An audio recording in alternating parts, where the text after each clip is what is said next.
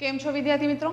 विद्यार्थी मित्रों आज फरीवार तमारी समक्ष धोरण 10 सामाजिक विज्ञान आपणुं जे 18मुं प्रकरण हतुं भाव वधारो ने ग्राहक जागृति। अगाउना आपणे 4 पार्टमां जे ते मुद्दाओ हता एमनी आपणे चर्चा करेली हती। आजना आपणा विडियोमां आपणे अने आ छेल्लो जे विडियो छे एमां आपणे आ बधा मुद्दाओ जे छे के जे भाई ग्राहक सुरक्षाना उपायो बराबर, त्यार पछी आंतरराष्ट्रीय कक्षाए संस्थाओ फरियाद कोण दाखल करी शके अने क्यां, અને છેલ્લે ફરિયાદ કેવી રીતે કરવી, આવા જે અલગ અલગ મુદ્દાઓ છે એની આપણે ચર્ચા કરીશું। સૌથી પહેલાં તો ગ્રાહક સુરક્ષાના ઉપાયો આપણા માટે ખૂબ જ મહત્વનું, બરાબર, તો એ ઉપાયો જે છે એના વિશેની માહિતી મેળવીએ।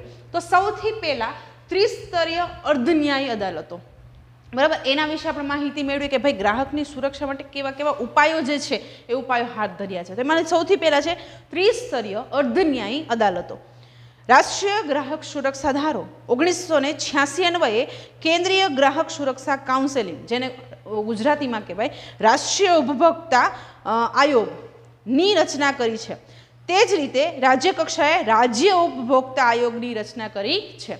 केंद्र कक्षाए कई तो के केंद्र कक्षाए राष्ट्रीय उपभोक्ता आयोग नी रचना करी छे, ज्यारे राज्य कक्षाए राज्य उपभोक्ता आयोग जे छे एमनी रचना करवामां आवी छे। आ कमिशनो हेठळ ग्राहक सुरक्षा कायदा हेठळना नियमो जे छे ए नियमो घडवामां आव्या छे। राष्ट्रीय ग्राहक तकरार पंचे त्रिस्तरीय अदालतनुं माळखुं ऊभुं कर्युं छे। आज अहींया आप्युं छे मैं तमने ए प्रमाणे। अने ग्राहक सुरक्षा फोरम के कमिशननो कार्यवाही माटेना धाराधोरणो जे छे ए धाराधोरणो घड्या छे। तो सौथी पहेला आपणे जिल्ला फोरम, बराबर, जेने बीजा शब्दमां कहेवाय जिल्ला मंच, एनी आपणे चर्चा करीए। प्रत्येक जिल्लामां मोटे भागे एक अदालत छे जे सौथी महत्वपूर्ण अदालत छे, जे ग्राहकोनी फरियादोनो अभ्यास करीने न्यायिक निकाल करे छे। दरेक जिल्लामां जिल्ला अदालतो होय ज छे अने ए शुं करे तो के ग्राहकोनी जे कहेवाय ने फरियादो छे एना मुजबनो निकाल जे छे ए निकाल आपे छे अने ग्राहकने थयेल नुकसान बदल वळतर अपावे छे। देशमां अंदाजे 571 ग्राहक जिल्ला फोरमो कार्यरत छे। केटला कीधा? 571। देशमां लगभग 571 जेटली जिल्ला फोरमो जे छे ए कार्यरत छे। आ कोर्टमां अत्यारे રૂપિયા 20 લાખ સુધીના વળતરના દાવા માટે તેની નિર્ધારિત ફી ભરીએથી અરજી સ્વીકારવામાં આવે છે। 20 લાખ સુધીના દાવાઓ હોય ને, બરાબર, એ બાબતની જે કહેવાય ને કે ફરિયાદો જે છે અહીંયા એની ફરિયાદોનો જે કહેવાય ને કે નિકાલ જે છે અહીંયા કરવામાં આવે છે ને એના માટેની અરજી જે છે એ અરજી તમારે કરવામાં આવતી હોય છે ને અરજી માટેના અમુક પૈસા હોય આપણે ભરવાના હોય। જિલ્લા ફોરમના નિર્ણયથી નારાજ થયેલ પક્ષકારો નિર્ણયની જાણ થયાના 30 દિવસમાં રાજ્ય કમિશનમાં અપીલ દાખલ કરી શકે છે। હવે અહીંયા કહેવાય ને કે જે અપીલ કરવામાં આવી હતી, બરાબર, એ એનાથી જિલ્લા फोरमना એટલે કે જે અપીલ કરનાર જે કેસ કરનાર વ્યક્તિ છે ને સંતોષ નથી થયો તો એ શું કરે તો કે આમને સુનાવણી આપી હોય, મતલબ કે આમને જે પણ કાંઈ નિર્ણય આપ્યો હોય એ નિર્ણયને ન સ્વીકારતા 30 દિવસની અંદર અહીંયા ક્યાં તો કે રાજ્ય કમિશનમાં એ પોતાની ફરિયાદ જે છે એ ફરિયાદ દાખલ કરી શકે છે। જો કે તે પૂર્વ તેમણે વળતરની દાવાની રકમ 50% કે રૂપિયા 25,000 જે ઓછું હોય તે નિયત શરતોએ ડિપોઝિટ જમા કરાવવાની હોય છે। એના પૂર્વે એટલે કે અહીંયા ફરી પાછો કેસ દાખલ કરવો હોય એના પહેલાં એને શું કરવાનું તો કે એમની જે વળતર છે, એમને જે વળતર જોઈએ છે, બરાબર, એમની 50% રકમ અથવા તો 25,000થી ઓછી, બરાબર, એવી જે રકમ છે એ વળતરના રૂપે એમને જમા કરાવવાની હોય છે। ક્યાં? અહીંયા રાજ્ય કમિશનમાં, બરાબર, ડિપોઝિટ જે છે ડિપોઝિટ એમને જમા કરાવવાની હોય છે। તો આવી રીતે આપણે જિલ્લા ફોરમની વાત કરીએ અને ક્યાં સુધીના તો કે આપણે જોઈ લઈએ રૂપિયા 20 લાખ સુધીના, બરાબર, 20 લાખ સુધીના દાવાઓ હોય, બરાબર, વળતરના જે કેસો હોય અહીંયા સોલ્વ થાય છે। ત્યાર પછી આવે છે બીજું, એ છે રાજ્ય કમિશન, બરાબર, જેને બીજા શબ્દમાં કહેવાય છે રાજ્ય ફોરમ। દેશમાં અંદાજે હાલમાં 35 રાજ્ય ફોરમો કાર્યરત છે। 35 રાજ્યો, બરાબર, 35 દેશમાં 35 જેટલી રાજ્ય ફોરમો છે અત્યારે કાર્યરત છે। 20 લાખથી 1 કરોડ સુધીના વળતરની દાવાની રકમ માટે ફરિયાદ નિર્ધારિત ફી ભરી દાખલ થઈ શકે છે. અહીંયા કેટલા હતા તો કે 20 લાખ સુધીના છે, જ્યારે અહીંયા 20 લાખથી 1 કરોડ.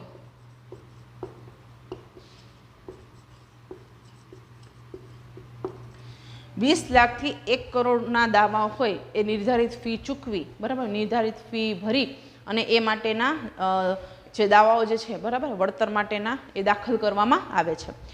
જિલ્લા ફોરમથી નારાજ થયેલ કોઈપણ પક્ષકારે હુકમની તારીખથી 30 દિવસમાં ઠરાવેલ નમૂનામાં અને દાવાની રકમના 50% અથવા ₹35,000 ડિપોઝિટ ભરીને રાષ્ટ્રીય કમિશનમાં અપીલ કરી શકે છે. બરાબર. હવે અહીંયાથી અહીંયા સંતોષ ન થયો તો અહીંયા ગયા, પછી અહીંયા પણ ન થયો, બરાબર, રાજ્ય કમિશનમાં જે દાવાઓ છે અથવા તો રાજ્ય કમિશનમાં જે નિર્ણય આપવામાં આવે એનાથી પણ સંતોષ ન થયો તો શું કરવાનું તો કે 30 દિવસમાં અહીંયા કેટલું હતું તો કે અહીંયા ખાસ કરીને જ્યારે જિલ્લા ફોરમની વાત હતી ત્યારે, બરાબર, ત્યારે જે એનું વળતર હોય ને, જે એના માટેનો એનો દાવો કર્યો કે ભાઈ મને આટલું વળતર ચૂકવો, એમના 50% અથવા તો 25,000થી ઓછું. પણ અહીંયા કેવું હોય તો કે જે વળતર હોય એ વળતરના 50% અથવા 35,000થી, બરાબર, એ 35,000 ની ડિપોઝિટ જે છે, બરાબર, એ ડિપોઝિટ એમને ભરવાની હોય છે. ત્યાર પછી અને છેલ્લું છે એ છે રાષ્ટ્રીય કમિશન. 1 કરોડથી વધુના દાવા અંગેની અરજીઓ તેની નિર્ધારિત ફી કોર્ટમાં ભરી એની ફરિયાદ દાખલ કરી શકે છે. અહીંયા શું હતું 20 લાખ સુધી, અહીંયા રાજ્ય ફોરમમાં શું હતું તો 20 લાખથી 1 કરોડની વચ્ચે, જ્યારે અહીંયા 1 કરોડથી વધુ,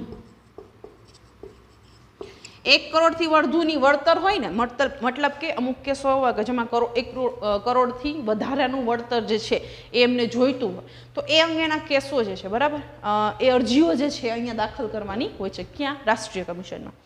5 સભ્યોની બેન્ચ આ કમિશનના સભ્યો હોય છે. 5 સભ્યો, બરાબર, 5 સભ્યોની આખી એક બેચ હોય છે એ અહીંયા ક્યાં? રાષ્ટ્રીય કમિશનના સભ્યો જે છે, સભ્યો હોય છે. રાજ્ય કમિશન અને રાષ્ટ્રીય કમિશનને શક્ય એટલો વહેલો, એટલે કે અરજી દાખલ કર્યાના તારીખની 90 દિવસમાં અરજીનો નિકાલ કરવાનો હોય છે. આની અને આની અરજીઓ અહીંયા જ્યારે પહોંચે છે ત્યારે આ બેને 30 દિવસ મળે છે, જ્યારે અહીંયા 90 દિવસમાં એ અરજીઓ જે છે એમનો નિકાલ કરવાનો હોય છે. રાષ્ટ્રીય કમિશનથી નારાજ થયેલ વ્યક્તિ કે પક્ષકાર આ કમિશનના હુકમથી 30 દિવસમાં સુપ્રીમ કોર્ટ, એટલે કે સર્વોચ્ચ અદાલતમાં નિર્ધારિત શરતોએ અપીલ કરી શકે છે. હવે અહીંયા અને પછી અહીંયા પહોંચ્યો એ વ્યક્તિ, અહીંયાથી પણ એમને સંતોષ ન થયો તો શું કરવું તો કે 30 દિવસમાં એ જે વ્યક્તિ જે છે સર્વોચ્ચ અદાલત, બરાબર, આપણી સુપ્રીમ કોર્ટ છે, એ ત્યાં દાવો દાખલ કરી શકે છે. જોકે અપીલ પૂર્વે પક્ષકારે વળતરના દાવાની રકમ 50% અથવા તો 50,000 બેમાંથી ઓછું. હવે અહીંયા કેટલું આવ્યું? 50% તો કોમન જ રહેશે, બરાબર, અને બીજું 50,000 કે તેથી ઓછું, એટલે કે આ બેના જે હોય 50% કર્યું હોય ને, બરાબર, તો એ 50,000થી વધી જતું હોય તો એ ગણાય નહીં. પણ 50,000 અને આ રકમ જે છે બેમાંથી જે ઓછું હોય, ધારો કે અહીંયા 60,000 રૂપિયા આવ્યા, કોઈ પણ વળતર જે છે એમના 60,000 રૂપિયા આવ્યા અને અહીંયા આવ્યા 50,000, તો એ 50,000 જે છે, બરાબર, એટલું ડિપોઝિટ એમને જમા કરાવવાની હોય. તો આવી રીતે એ કાઉન્ટિંગ જે છે, કાઉન્ટિંગ કરવામાં આવતું હોય છે. જો કોઈ વ્યક્તિ આ ત્રણેય અદાલતો પૈકી જે તે અદાલતોએ કરેલા હુકમનું પાલન ન કરે તો સજા અથવા દંડ બંને શિક્ષાને પાત્ર ઠરે છે. આ બધાએ કીધું હોય ફોરમ, આ જે છે અદાલતોએ નિર્ણય આપ્યો એ મુજબનું વળતર જો ચૂકવવામાં ના આવે જે તે વ્યક્તિને, તો એના માટે દંડ કે સજાની કાર્યવાહી એના ઉપર કરવામાં આવે છે. BPL હેઠળની વ્યક્તિઓને, સિનિયર સિટીઝન્સ અને વિકલાંગ વ્યક્તિઓને કેટલીક શરતોને આધીન ફી ભરવામાંથી મુક્તિ આપવામાં આવે છે. જ્યારે વળતર માંગવાનું હોય ને, બરાબર, એ સમયે જ્યારે ફી ભરવાની હોય, બરાબર, એ ફીમાંથી અમુક વ્યક્તિઓને જે એ ફી જે છે અમુક વ્યક્તિઓને ભરવી નથી પડતી. તો કેવા વ્યક્તિઓને નથી ભરવી પડતી? તો કે BPL કાર્ડ ધારકો હોય એમને, સિનિયર સિટીઝન્સ છે એમને, અને વિકલાંગો હોય એમને આ જે વળતર માટેની દાવા, ટૂંકમાં અપીલ માટેની અથવા તો વળતર એ ફરિયાદી માટેની જે ફી હોય એ ફી એમને ભરવી પડતી નથી. જિલ્લા મફત કાનૂની સેવા માર્ગદર્શન, કાનૂની સહાય, માર્ગદર્શન અને વકીલની મફત સેવા પૂરી પાડવામાં આવે છે. તો આવી રીતે આપણે ખાસ જે ત્રિસ્તરીય અર્ધન્યાયી અદાલતો જે છે એમના વિશે માહિતી મેળવી. ત્યાર પછી આવે છે અને બીજું એ છે ગ્રાહક મંડળો એટલે કે ગ્રાહક સુરક્ષા પરિષદો. આ અધિનિયમ હેઠળ તાલુકા, જિલ્લા, રાજ્ય તથા રાષ્ટ્રીય કક્ષાએ સરકાર માન્યતા પ્રાપ્ત ગ્રાહક મંડળો સ્થાપવામાં આવ્યા છે. આ ગ્રાહક મંડળો કે પરિષદો બિન રાજકીય અને બિન ધંધાકીય ધોરણે ગ્રાહકો દ્વારા સ્વૈચ્છિક રીતે રચાયેલા ગ્રાહક મંડળો છે.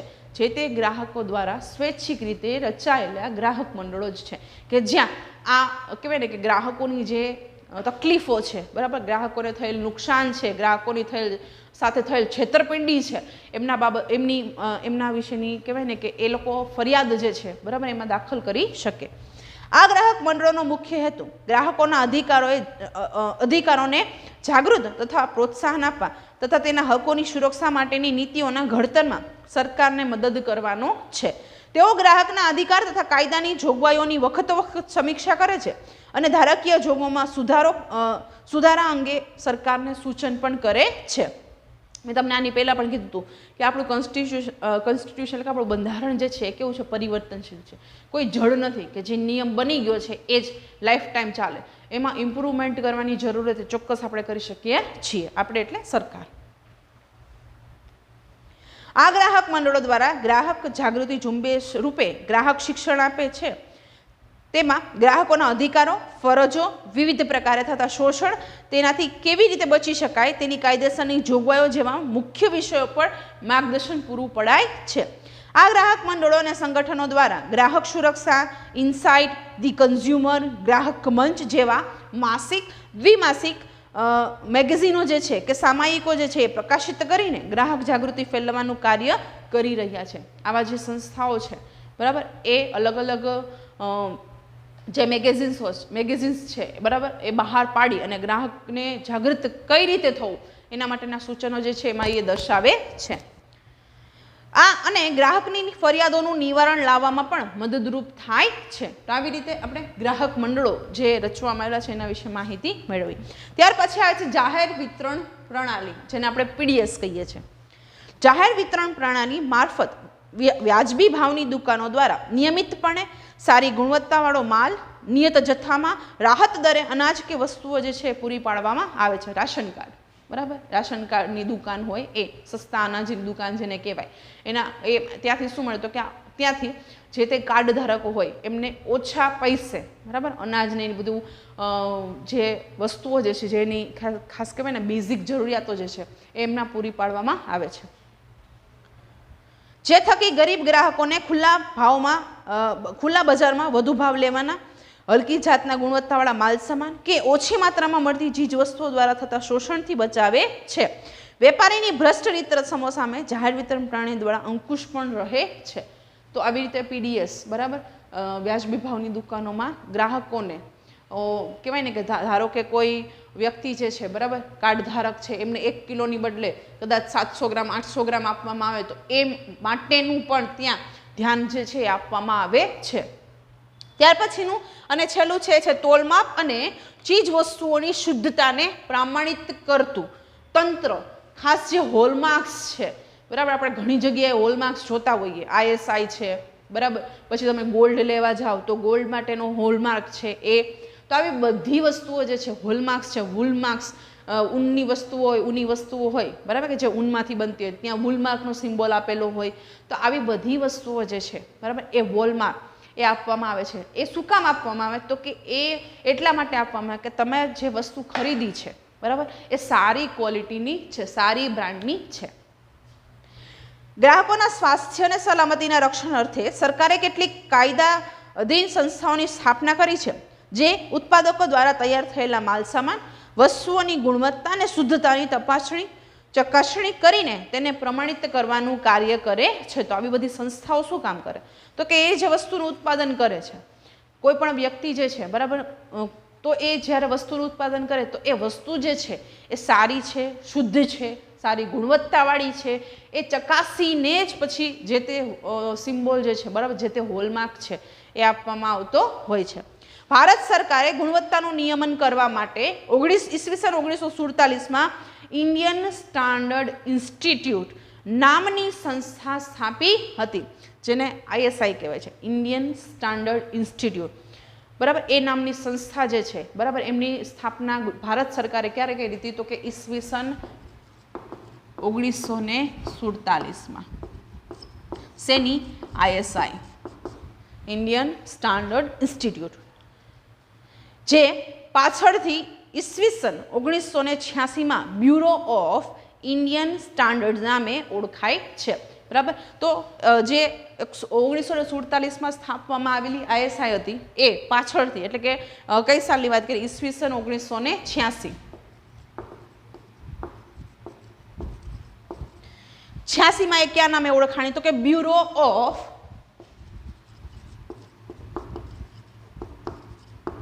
ઇન્ડિયન, બરાબર, બ્યુરો ઓફ ઇન્ડિયન સ્ટાન્ડર્ડ્સ, બરાબર, આ નામે ઓળખાણી હતી. જે યોગ્ય ગુણવત્તા ધરાવતા વિવિધ ઉત્પાદકોને ISI માર્કો ઉત્પાદકીય ઉપકરણો પર વાપરવાની છૂટ આપે છે. ઉપકરણો, બરાબર. તમે જો પંખો લ્યો, ટ્યુબલાઇટ્સ લ્યો, બરાબર, ટ્યુબલાઇટ લ્યો તમે, તો આવા જે ઉપકરણો છે, બરાબર, એમાં ISI નો માર્કો જે છે એ મારેલો હોય છે, ખાસ જોજો તમે, બરાબર. ખેતી પર આધારિત. હવે એક જો આવું પણ પૂછાઈ શકે કે ભાઈ ખાસ કરીને જે ઉપકરણો છે, બરાબર, એ ઉપકરણો ઉપર કેવો માર્કો અથવા તો કેવો લોગો જે છે હોય છે, તો ઓપ્શન આપેલો એમાંથી આપણે કયો લખવાનો? ISI, બરાબર, ઇન્ડિયન સ્ટાન્ડર્ડ ઇન્સ્ટિટ્યૂટ. ત્યાર પછી ખેતી પર આધારિત ચીજવસ્તુઓ, વન પેદાશો, બાગાયતી અને પશુ પેદાશોની ગુણવત્તાના માનક એગમાર્ક લગાડવાનો કાયદો ખેતીવાડી ઉત્પન્ન બજાર કાયદો 1937 જે છે એ અંતર્ગત હતો. જો ખાસ કરીને જે ખેતી આધારિત કોઈ પણ પેદાશ હોય, બરાબર, અથવા તો વન પેદાશો છે, બાગાયતી વસ્તુઓ છે, પશુ પેદાશો છે, તો આ બધા ઉપર એગમાર્ક એનો સિમ્બોલ પણ ખાસ ટેક્સ્ટબુક તમારી પાસે રાખજો. જો દરેકના સિમ્બોલ છે એમાં આપેલા છે ચિત્ર, બરાબર, જોજો કઈ રીતે અને કેવા હોય છે. ભારત સરકારના ડિપાર્ટમેન્ટ ઓફ માર્કેટિંગ ઇન્ટેલિજન્સ સંસ્થા, જેને DMI કહેવાય છે, દ્વારા એગમાર્ક વાપરવાનો પરવાનો આપવામાં આવ્યો.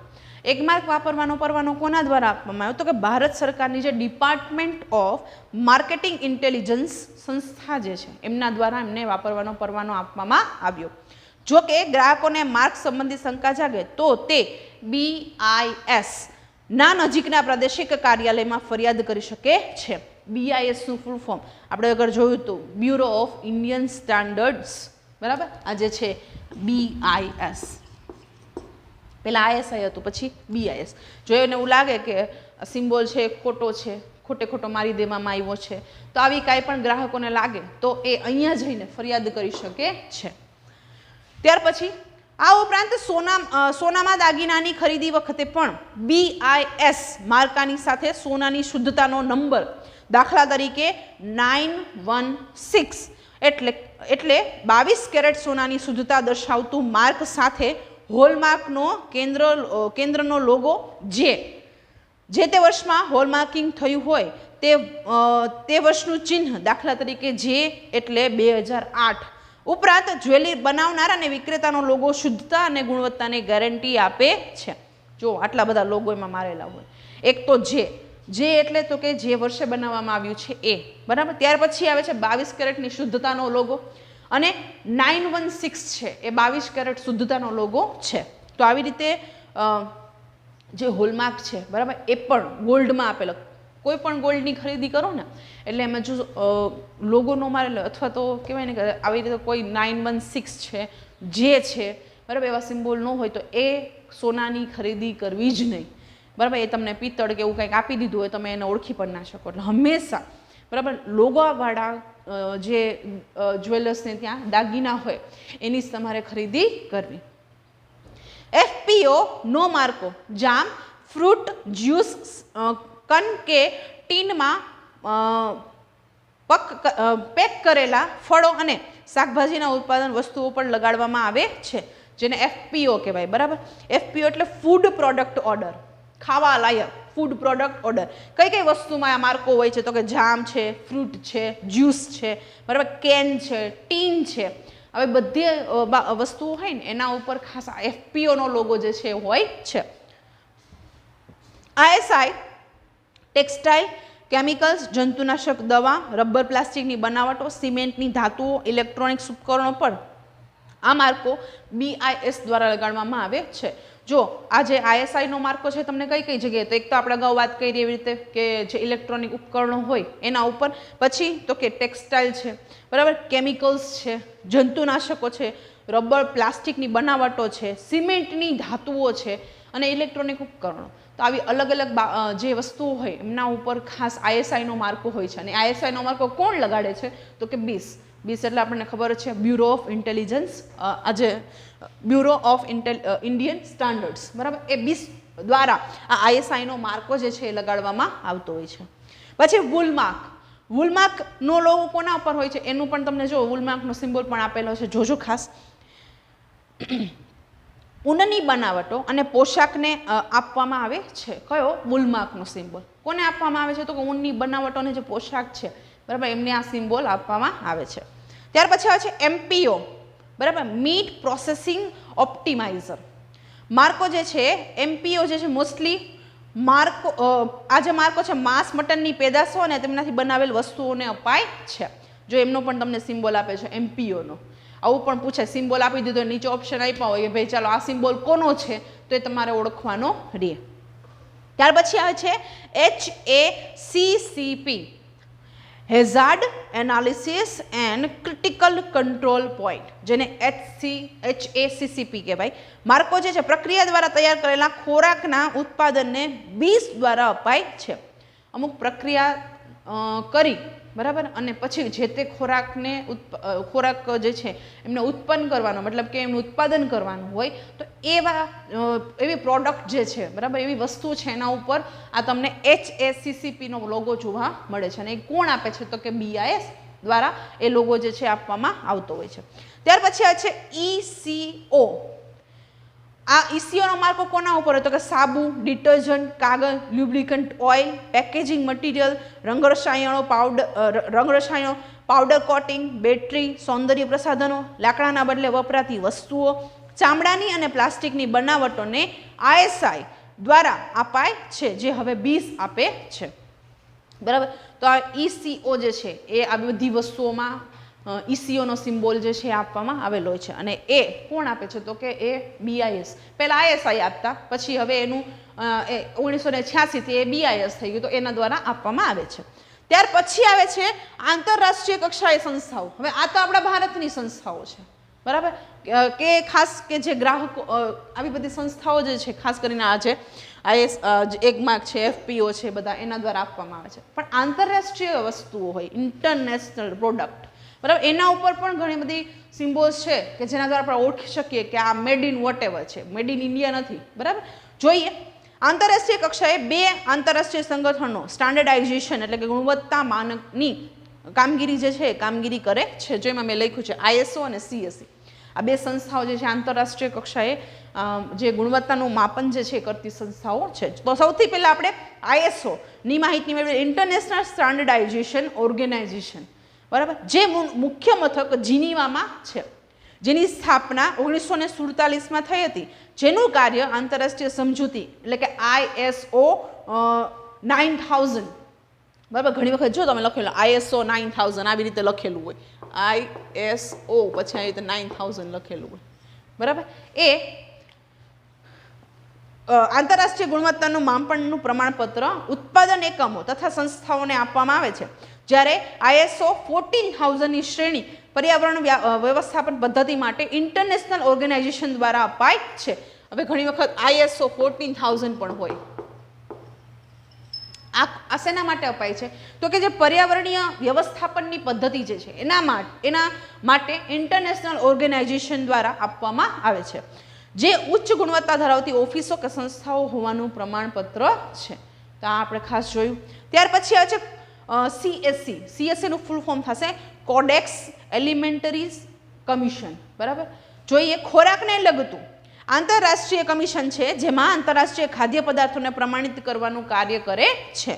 આ કમિશનની સ્થાપના 1963માં ખાદ્ય તથા ખેતી સંગઠન જેને FAO કહેવાય છે, ફૂડ એન્ડ એગ્રીકલ્ચર વાળું, અને વિશ્વ આરોગ્ય સંસ્થા WHO વર્લ્ડ હેલ્થ ઓર્ગેનાઇઝેશન દ્વારા કરવામાં આવી છે. તેનું મુખ્ય મથક ઇટાલીની રાજધાની રોમમાં છે.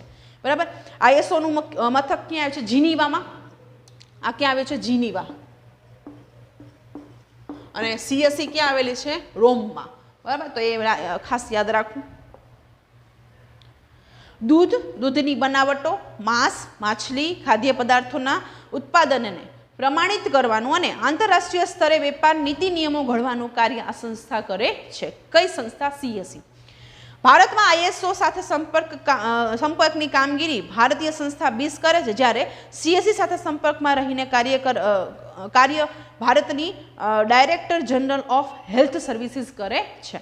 બરાબર. આ ISO જે છે, બરાબર, ISOની સંસ્થા છે એ કોની સાથે કામ કરે? તો કે BIS સાથે. ISO જે ઇન્ટરનેશનલ કક્ષાએ આપવામાં આવે છે એ કોની સાથે ભારતમાં કામ કરે? ભારતમાં કોની સાથે એનું સંગઠન છે? તો કે BIS સાથે. અને બીજું શું કીધું? તો કે CSE નું કામ જે છે એ કોની સાથે છે? તો કે CSE નું કામ આપણા ભારતમાં કઈ કંપની સાથે? તો કે એ director general of health services છે, એના દ્વારા કાર્ય કરે છે. તો આવી રીતે આપણે આંતરરાષ્ટ્રીય કક્ષાની જે સંસ્થાઓ છે એમના વિશેની માહિતી મેળવી. એક તો એવી કઈ? તો કે ISO, અને બીજી આવે છે CSE. ત્યાર પછી મુદ્દો છે ફરિયાદ કોણ દાખલ કરી શકે અને ક્યાં? બરાબર. જોઈએ. પહેલું, ગ્રાહક. ફરિયાદ પહેલા કોણ દાખલ કરી શકે? તો કે ગ્રાહક પોતે, કેન્દ્ર, રાજ્ય સરકાર અથવા કેન્દ્ર શાસિત પ્રદેશોની સરકાર, ગ્રાહક મંડળ કે જે કંપની કાયદા કે અન્ય પ્રવર્તમાન કાયદા હેઠળ નોંધાયેલ હોય તે, અથવા એક કે તેથી વધુ ગ્રાહકો વતી પ્રતિનિધિત્વ સ્વરૂપે કોઈ એક ગ્રાહક કે જેમાં બધા ગ્રાહકોનું સમાન હિત હોય તે, અથવા કોઈ માલ, ચીજવસ્તુ કે સેવા ખરીદનારની સંમતિથી ઉપયોગ કરનાર કુટુંબનો કોઈ એક સભ્ય માલ કે સેવામાં તૂટ કે ખામી બદલ થયેલ નુકસાન સામે ફરિયાદ કરી શકે છે. તો આવું કોણ ફરિયાદ કરી શકે? એના વિશે કોઈ કંપની છે, બરાબર, કેન્દ્ર સરકાર, રાજ્ય સરકાર છે, કોઈ ગ્રાહક છે, પછી એકારે કોઈને ઝાઝા બધા વ્યક્તિઓને ચીટિંગ હોય, છેતરપિંડી થાય તો એમાંનો કોઈ એક વ્યક્તિ. તો આવી રીતે અલગ અલગ વ્યક્તિઓ જે છે ફરિયાદ દાખલ કરી શકે છે. જો ઉત્પાદન કે વિક્રેતા ગ્રાહકોની સાચી, યોગ્ય અને સ્પષ્ટ ફરિયાદોનું નિરાકરણ માટે પહેલ ન બતાવે કે તૈયારી ન બતાવે, ત્યારે ભોગ બનનાર ગ્રાહક કે તેના કુટુંબના સભ્ય દ્વારા સ્થાનિક જિલ્લા ફોરમ, રાજ્ય કમિશન, રાષ્ટ્રીય કમિશનમાં કેસ કરીને સ્થાનિક પુરવઠા કચેરી, તોલમાપ વિજ્ઞાન અને ગ્રાહક કચેરી, ગ્રાહક મંડળો, કલેક્ટર કચેરીમાં ફરિયાદ કરી શકે છે. જ્યારે માલ કે સેવામાં ત્રુટિ કે ખામી જણાય ત્યારે, અથવા કરાર હેઠળ કે કાયદા હેઠળ જેનું પાલન કરવું જરૂરી હોય તે કાર્ય કરવાની રીતમાં રહેલી અપૂર્ણતા કે ખામીને સેવામાં ઉણપ ગણાય. આમ વસ્તુની ગુણવત્તા, પ્રકાર અને શુદ્ધતા, વજન સંબંધી ઘટ કે ઉણપ બદલ ગ્રાહક જે છે ફરિયાદ કરી શકે છે. તો આપણે મુદ્દો સમજો કોણ કરી શકે અને ક્યાં કરી શકે. બરાબર. ત્યાર પછીનો અને છેલ્લો મુદ્દો જે છે એ છે ફરિયાદ કેવી રીતે કરવી. બરાબર. જો ફરિયાદ કરવી છે તો કેવી રીતે કરવી? તો સૌથી પહેલું, ફરિયાદની અરજી સરળ, સ્પષ્ટ, સાદી સરળ ભાષામાં ટાઈપ કરીને કે હસ્તાક્ષરમાં કે ઈમેલથી થઈ શકે. જો કોર્ટમાં વકીલ મારફતે કેસ કરવો હોય ત્યારે સોગંદનામું કરવું પડે છે. અરજીમાં અરજદારનું નામ, સરનામું અને સંપર્ક નંબર હોવો જરૂરી છે. સાદા કાગળમાં કરો, બરાબર, પછી તો કે ટાઈપિંગ કરેલું હોય એમાં કરો, તમે ઈમેલમાં કરો, અથવા તો કોઈ વકીલ દ્વારા કરાવડાવો, બરાબર, સોગંદનામું કરીને કરાવડાવો. તો આવી રીતે અરજીઓ કરી શકાય છે. ફરિયાદનું વિગતપૂર્ણ વર્ણન, ફરિયાદ માટેના કારણો જે છે સ્પષ્ટ લખવા. ફરિયાદ આપણે કરી હોય તો એમાં વ્યવસ્થિત રીતે લખવું, જેથી કરીને સામેવાળા વ્યક્તિને ખબર પડે કે આ લોકોને આ તકલીફો છે. આરોપ સંદર્ભે જે કોઈ આધાર પુરાવા કે દસ્તાવેજ હોય તેની પ્રમાણિત નકલો બીડવી. ક્યારેય પણ મૂળ પુરાવા આપવા નહીં. પ્રમાણિત કરેલી ટ્રુ કોપી ઝેરોક્સ કરી અને એને નીચે લખી નાખવાનું ટ્રુ કોપી, અથવા તો પ્રમાણિત કરેલી તમારી સિગ્નેચર જે છે એવી કરેલી. સાચા પુરાવા, સાચું બિલ, બરાબર, આપણી સાથે છેતરપિંડી થઈ હોય, બરાબર, અથવા તો ચાલો કોઈ ઇલેક્ટ્રોનિક વસ્તુ લીધી, બરાબર, અને એમાં આપણને ગેરંટી તો ઠીક, વોરંટી કાર્ડ આપેલું છે અને વોરંટી 1 વર્ષની હોય, વર્ષ પહેલાં જેમાં આ તકલીફ થઈ ગઈ ને આપણને વોરંટી ન મળી, તો એ જે વોરંટી કાર્ડ હોય ને, બરાબર, એ ઓરિજિનલ ન જોઈન કરવું, પણ એની ઝેરોક્સ કરાવી નીચે આપણા હસ્તાક્ષર કરી નાખવાના. એટલે એ આપણા દ્વારા પ્રમાણિત કરવામાં આવેલી છે. ઓરિજિનલ કોઈ દિવસ ક્યાંય ડોક્યુમેન્ટ જોડવા નહીં, કારણ કે એ તમારી પાસેનું પ્રૂફ છે. એટલે તમે ઝેરોક્સ જોડવાની, પણ ઓરિજિનલ જોડવાનું નહીં. બિલની કાચી પાકી રસીદ મેળવી. જો પેમેન્ટ ચેકથી કર્યું હોય તો તેની વિગત લખવી. બિલ જે છે બરાબર, એ બિલ હોય એની પણ કાચી રસીદ અથવા તો પાકી રસીદ. ઘણી વખત તમે જુઓ તો કાચું બિલ આપી દે, પછી તમે એમ કે થોડાક દિવસ પછી પાકું બિલ લઈ જાજો, તો એની ઝેરોક્સ બરાબર. અથવા તો જો તમે ચેક દ્વારા પેમેન્ટ કરેલું હોય તો ચેક દ્વારા પેમેન્ટ કરેલું હોય તો તમારી પાસબુકમાં એન્ટ્રી કરાવો, જે તે બેંકમાં જઈ પાસબુકમાં એન્ટ્રી કરો કે તમારા ખાતામાંથી આ અનુસંધાને ચેકના પૈસા ઉપડ્યા, તો એની માહિતી હોય એમાં, તો એ પાસબુકની ઝેરોક્સ છે એ તમે એમાં જોઈન્ટ કરી શકો છો. વિક્રેતાએ કરેલ શરતો, જાહેર ખબરની નકલ, ગેરંટી કે વોરંટી કાર્ડ, પેમ્ફલેટ્સ અને પ્રોસ્કેટસની નકલ પણ મેળવી. હવે કોઈ વેપારી જે છે બરાબર, એને આપણને છેતરા અલગ અલગ જાહેરાતો આપે અને એના અનુસંધાને આપણે ત્યાં ગયા ને એ પ્રકારનું કંઈ હતું જ નહીં, તો એ જાહેરાત જે છે એના અનુરૂપ તમે એ નકલ પણ બીડી શકો છો. અરજી સાથે માંગેલ વળતરના દાવાની રકમ અનુસાર નિયત મુજબ ફી ભરીએ જે તે ગ્રાહક ફોરમમાં કોર્ટમાં ફરિયાદ દાખલ થઈ શકે છે. અહીંયા આપણે ફીની વાત કરી હતી કે જે રીતે નિયત કરેલી ફી હોય એ ફી ભરી અને તમે તમારી ફરિયાદ જે છે દાખલ કરી શકો છો. ગ્રાહક ફરિયાદ થવાનું કારણ ઉદ્ભવે તેના 2 વર્ષમાં ફરિયાદ દાખલ કરી શકે છે. બરાબર, ગ્રાહકને એવું લાગે કે મારી સાથે છેતરપિંડી થઈ છે તો એના 2 વર્ષની અંદર એ ફરિયાદ જે છે દાખલ કરી શકે છે. 2 વર્ષથી ઉપર ગયા તો પછી એનો કોઈ નિકાલ લાવી શકતા ન હોય. કોઈ પણ ગ્રાહક સંબંધી ફરિયાદ કરવા કે કાયદા અંગે વિશેષ માહિતી મેળવવા કે માર્ગદર્શન માટે ગુજરાત રાજ્યની હેલ્પલાઇન ટોલ ફ્રી નંબર 180023302222 આવી રીતે નંબર જે છે એ આપેલો છે. ગુજરાત સરકારમાં જો આપણે ખાસ કરીને આપણા ગુજરાતમાં જો આવી કોઈ જરૂર હોય આવી કોઈ બાબતમાં તો હેલ્પલાઇન નંબર જે છે એના ટોલ ફ્રી નંબર આપણને આપેલા છે. રાષ્ટ્રીય કક્ષાએ હેલ્પલાઇન નંબર, હવે બીજું રાષ્ટ્રીય કક્ષાએ પૂછે 1800114000 ઉપરની માહિતી ઉપરથી માહિતી મેળવી શકે છે કે માર્ગદર્શન લઈ શકે છે. હવે રાષ્ટ્રીય કક્ષાએ જો આપણે કોઈ મદદની જરૂર હોય તો એ નંબર ડાયલ કરી અને આપણી સાથે થયેલ છેતરપિંડી કે એના વિશેની માહિતી અથવા તો એ માટેનું જે માર્ગદર્શન છે એ માર્ગદર્શન આપણે મેળવી શકીએ છીએ. તો વિદ્યાર્થી મિત્રો, આપણો આ પાઠ જે છે આપણે અહીંયા પૂર્ણ કરીએ. નેક્સ્ટ વિડીયોમાં ફરી પાછું નવા પાઠ સાથે મળીશું. ત્યાં સુધી નમસ્કાર.